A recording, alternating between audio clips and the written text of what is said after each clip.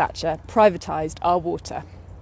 10 previously public regional authorities in England and Wales were sold off to private investors.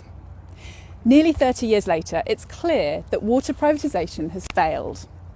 Our water bills have gone up by 40% in real terms.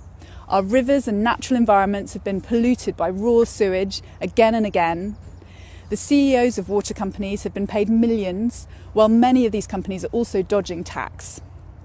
And above all, it's clear that water is a natural monopoly. You don't get a choice about the water coming out of your tap. There is no consumer market. And we really need to bring water into public ownership so that it works for all of us.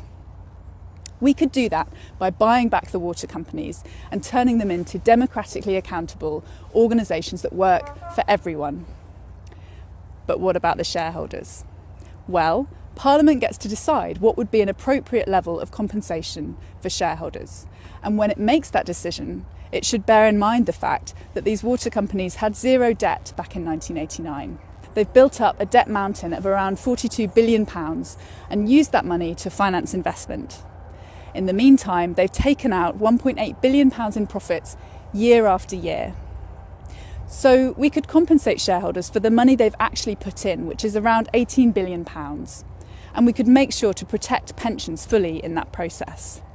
And that would mean that within around 10 years, the public purse would be better off from having brought water into public ownership. Water is already publicly owned in many places across the world. In Scotland, Scottish Water does a great job. In Paris, water is publicly owned. Bills have been reduced and people have their say in monthly meetings. In fact, Paris is just one of nearly 100 French cities and towns which have taken control of their water in the last 15 years. And in the US, it's a similar story of communities taking control of water and bringing it into public ownership. In the Netherlands and Uruguay, water privatisation is actually illegal.